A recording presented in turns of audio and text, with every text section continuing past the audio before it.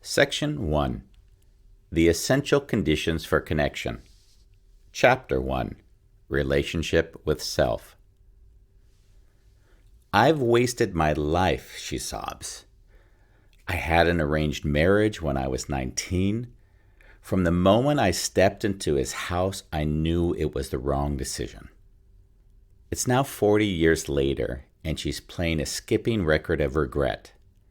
He was a gambler. He stayed out most nights, and I raised the kids alone. I should have left him sooner. I left him once for 6 months and came back to him. How could I? How are you? I ask. I can't sleep, she says. The second I lay down, my mind races with all the mistakes I've made in my life, all the missed opportunities, all the times I could have left him. And what do you see and feel come up inside of yourself when you have those thoughts, I ask. I feel regret and frustration with myself. I feel like I did not serve my children by staying with them. I observe. You mentioned that you left him many years ago, but it seems like he's still very much a part of your life. Yes, he is. I think about him constantly. His dishonesty and lack of concern for others, his mistreatment of our children, him convincing me that I was crazy when I wasn't. As she speaks, her tears soften and her breathing slows. She pleads with me, Andy, what do I do? How do I stop this? I don't know if you can stop it, I respond. And that may be part of the challenge. I know that you can make peace with it, and that will change how you experience it. How do I do that? I pause and consider before answering. When I was a kid, I lived next to the 405 freeway in California, one of the busiest in the world. There was a constant buzzing as the traffic passed at all hours of the day. Eventually, I began to hear that white noise of the cars as silence. I remember the first time I reacquainted myself with silence. The quiet of my own thoughts was uncomfortable, and yet that was the space where I could begin to see the world more clearly. How does this relate to my sleep, she asks. Well, think of it as a metaphor. Each car on the freeway represents a thought that's getting in the way of your destination. At the moment, you're stuck in heavy traffic on the 405, frustrated that you're not moving anywhere. So when you go to sleep tonight, I want you to do something different. When a thought comes up, don't think about it, just observe it. Instead of sitting in your car frustrated that you're not getting anywhere, observe each thought as it passes, as if it were a car on the freeway. Do not think, observe. If you have trouble observing, then allow yourself to observe that. Instead of your thought being, my ex-husband is terrible, it becomes, I see that I can't let go of this thought. What you will find is that by observing the thought, it becomes malleable, easy to play with. Conversely, the more you become your thoughts, the more you suffer, as you've already experienced. This conversation with a friend is a process I'm very familiar with in myself. I've often felt like I was living with a schizophrenic brain, two people wanting two different things and never able to agree. I want to have a loving, monogamous relationship, while at the same time, I want to have sex with some random woman on the street. Or wanting to be alone, but simultaneously wanting to be supported. In time, I gave up trying to make sense of these contradictions. I've made peace with this endless noise by learning that it does not need to be understood, but rather witnessed. It's in this murky world of frustration and contradiction that we begin our journey together. I do this because beginning to understand the world outside of ourselves only makes sense if we first begin with what's happening on the inside. When discussing communication, we generally think of two or more people interacting. However, if we truly want to improve our communication skills, relationships with others are the least important to focus on. The most important relationship we have is the one we have in the murky parts of our brain, the noise in the background that defines so much of how we react, but we are utterly unaware of. This is what I refer to as the all caps self. I use the all caps to point at a big idea that people have labeled in so many different ways: ego, personality, self-image, character, soul, spirit, etc. The easiest way I've come to understand the all caps self is the balance between emotions and rationality. A thought pops up and an emotion pops up right behind it. That emotion creates new thoughts and the cycle continues. This quiet dance impacts all we do, and for most of us, it goes totally unseen. This is obviously a drastic simplification. However, for the purposes of this book, it's more than adequate to help us address every problem that you'll encounter in communicating.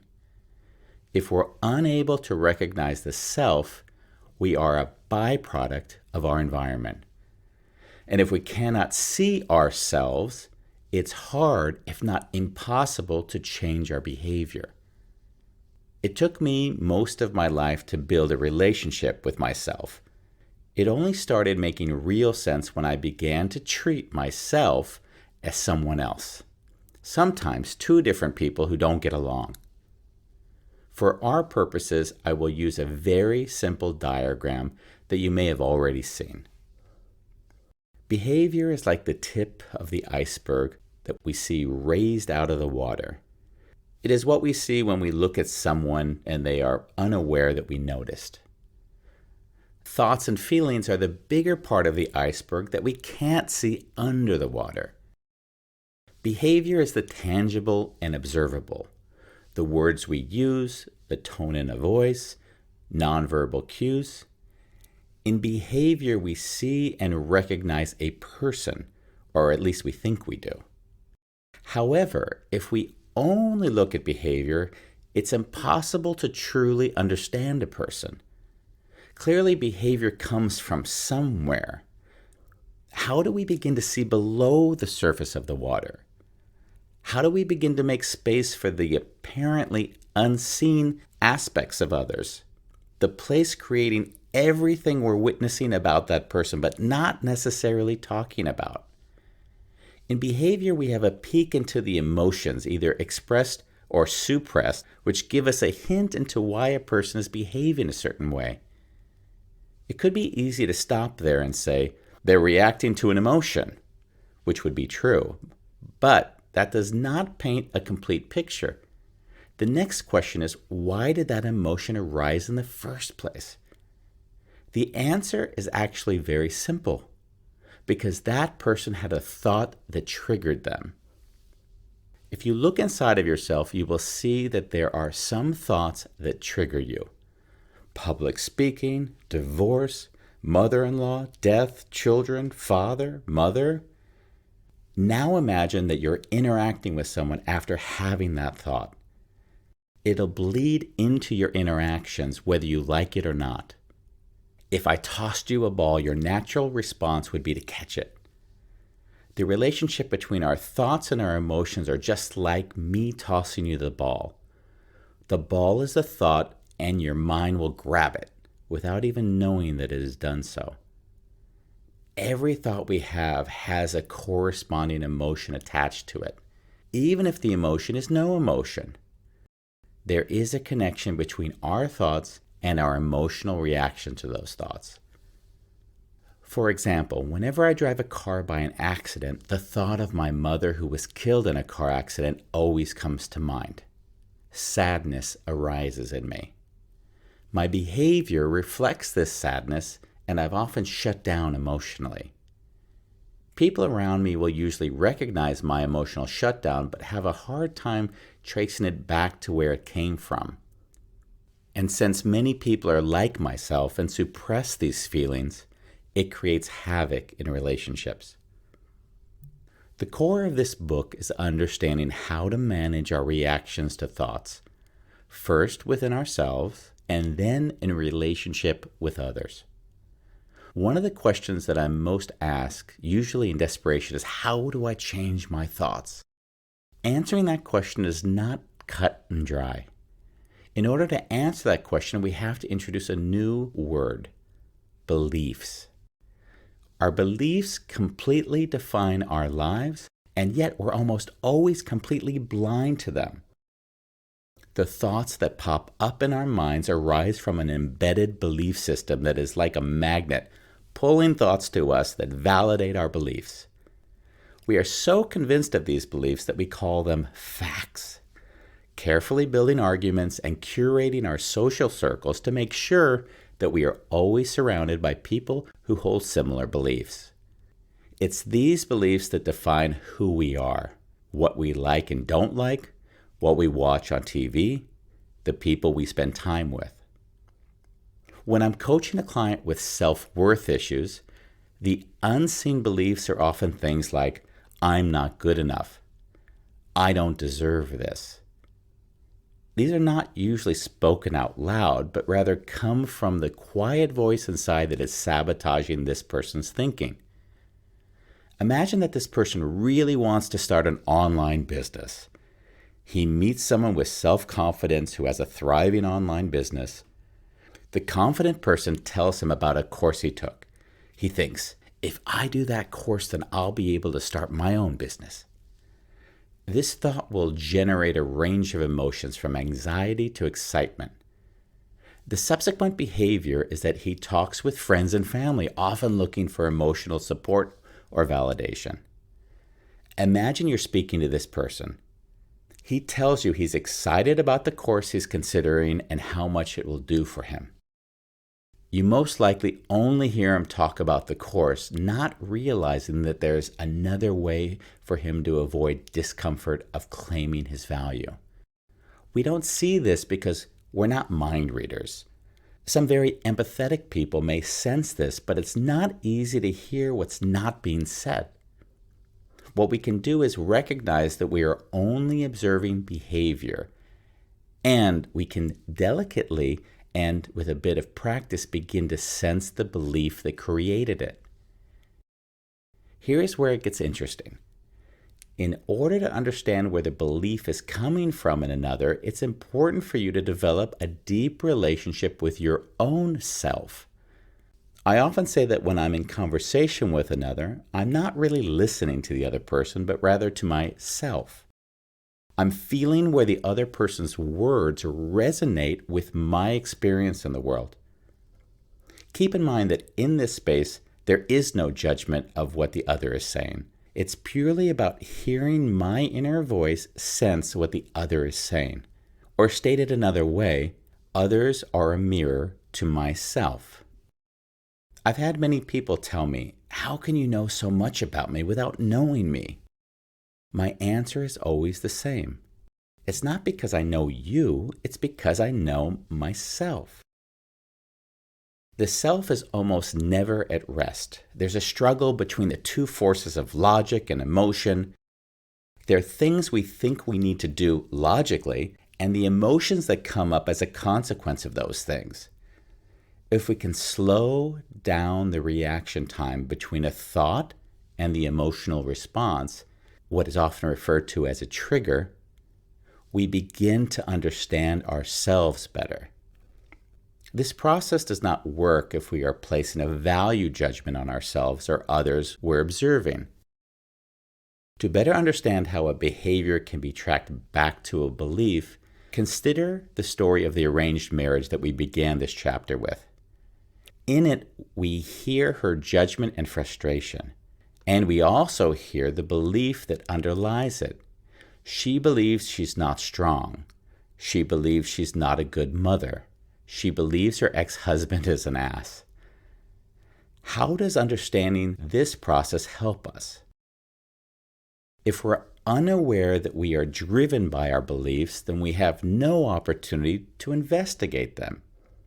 We have no opportunity to see that what we take for granted in our beliefs is actually not truth as such, but rather a truth we have created for ourselves. Investigating our beliefs is not easy because those beliefs are very much a part of who we our identity, and questioning them has the potential to upend our lives.